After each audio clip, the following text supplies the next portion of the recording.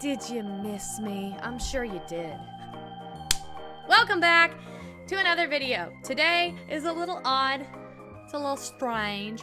I'm glad that you're here. I hope that you're glad that you're here. Did you have a good week? I had a fantastic week. I don't remember what happened this week. I don't remember what happened this morning. I don't remember a lot of things.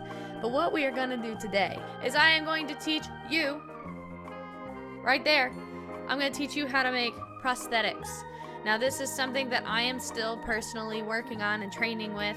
I've constructed 2 videos. One coming out today for you, the past for me, and one coming out the following week. Today's video, I'm going to show you how to build prosthetics. I'm going to show you what you need to do. I'm going to walk you through the process. It's going to be more like an instructional video. And then next week's is going to be a makeup, of course, continuing the Dungeons and Dragons series, and also showing you how to apply the prosthetics that you have built for your face. Look at you go. So, without further ado, let's get to voiceover, Melina. Thank you, Recorded Melina, for that wonderful introduction. Today, we are going to be starting with drawing up the sketch. This is a makeup map that I normally use when I am working on makeups. I haven't been doing the makeup maps in a little bit. I did one in the last video, so I think I'm really going to start bringing it back. I have a worksheet here that I work alongside with drawing where I want the makeup to go, and it allows me to keep track of the name of the item I'm using, the brand of the item I'm using, and I have a key on the side. That way I can know what brand, what piece goes where on my face. So if at any point I hand this to somebody, which is the idea, and I say, hey, make this, they can look at the makeup map, they can look at the worksheet, and they can go, okay, I understand kind of what's going on here.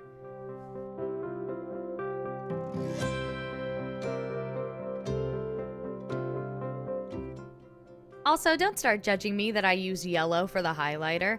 I used to use blue, but my professor in college said, why would you use blue? That looks weird. So I started using yellow. I like yellow as a highlight. I would rather use a light blue, but I want you to understand what I'm saying, and in my brain, yellow equals light, so it makes sense. So we're gonna roll with it.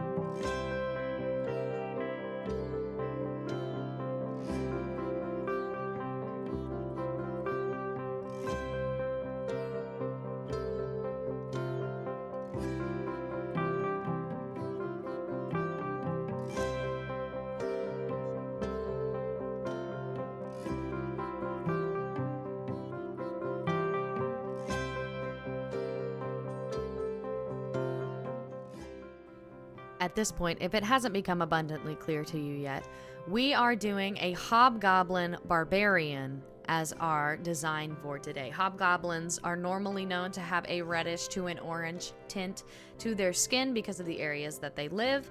And also with a barbarian, I felt like we should make her look rough and tough. So let's throw some scars on her face, because that'll be fun to use some prosthetics to build scars.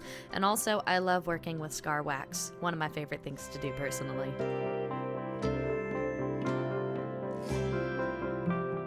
To start with your transfers, you want to make sure that you have a completely clean mirror. I like to use mirrors so that I can see through them and I can watch the latex dry. What you want to do is you want to put the latex on the mirror and feather the edges out. The thinner that the edges are, the more natural it will look against the face. Following this, you want to take a hairdryer and you want to dry it out. I use a hairdryer because I'm an impatient little baby. Some people like to sit and they like to wait for it to dry. And then what I'm doing is I'm taking a cotton pad that I ripped up and I'm putting it on top of the liquid latex, and I'm starting to add some more new liquid latex on top to build up the scar, and again feathering the edges before I start drying this. The reason you want a first level of liquid latex is so your piece of scar has something to lay on.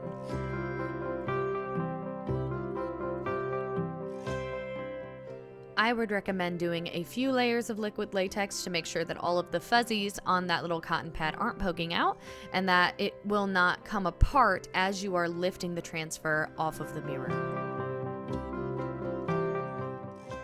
The very first thing you want to do when you remove the transfer is powder that bad boy down. Liquid latex is very grippy. Its purpose is to stay stuck to the skin. So you want to use powder to be able to lift it up. Cover the top of it first, and then as you are starting to pick and lift the pieces around the edges, it would be best to take a brush of some kind and to take powder and to dab it underneath that piece that you are lifting so that it stops grabbing onto itself and onto the other parts of the mirror, and it will slowly start to lift and it'll slowly start to take form.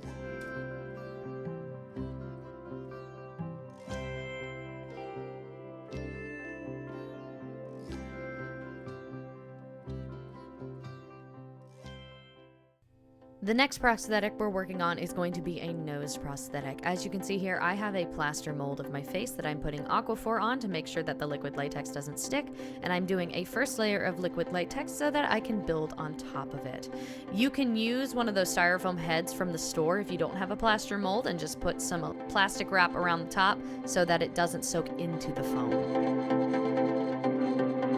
What you want to do is you want to take a bowl. I like to line it with aluminum foil to make sure I don't make a mess. You want to take some liquid latex. I just got this from Spirit Halloween, the one I'm using.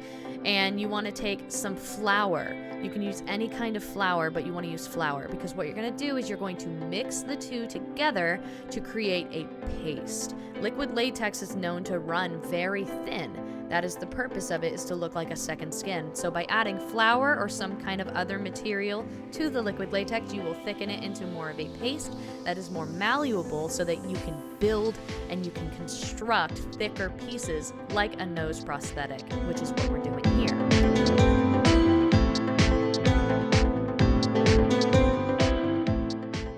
What we are doing here is building the nose prosthetic for the Hobgoblin. They tend to have more of a snout with a bit on the end of the nose that is pointed up. So what we are doing is taking our paste and building it up bit by bit. If you notice, it's very sticky. This paste will be very sticky. So something that you can use to help smooth out, which is what I will use here, is an oil-based remover. I like to use the oil-based spirit gum remover. I happen to have too many bottles of it, and what it does is it'll keep that latex mixture from sticking to your fingers.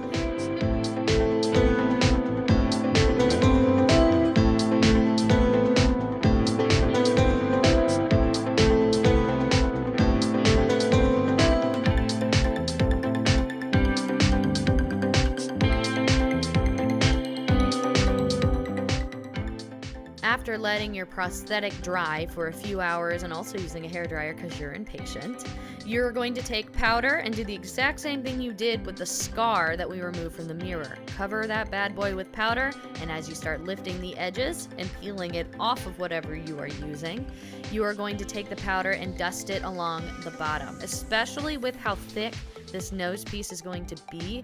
If that latex sticks to itself, it's basically game over at that point. So just be very careful as you are lifting it off of your mold.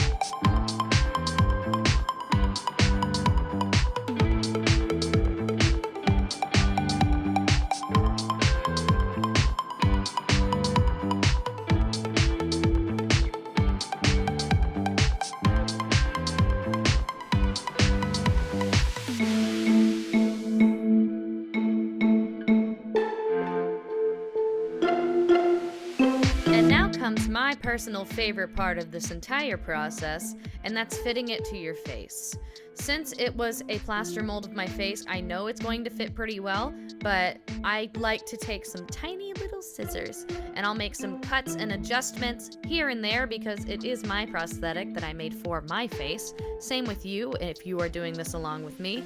So cut it to where you need it to be to fit on your face comfortably so that when you start doing the makeup, you don't have any weird spots that just don't fit right.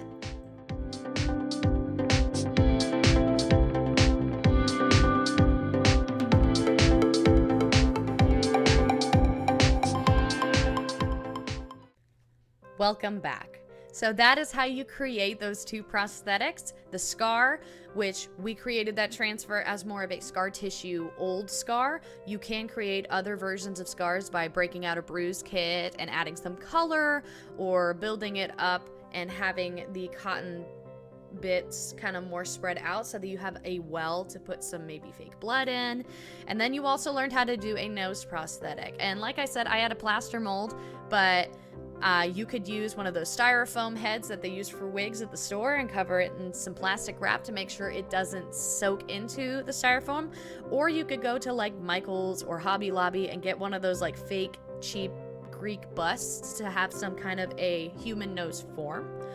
But that is how you do that. So next week in the next video, you will see how the heck do we put that thing on our face, and how do we do a makeup to look like a hobgoblin barbarian.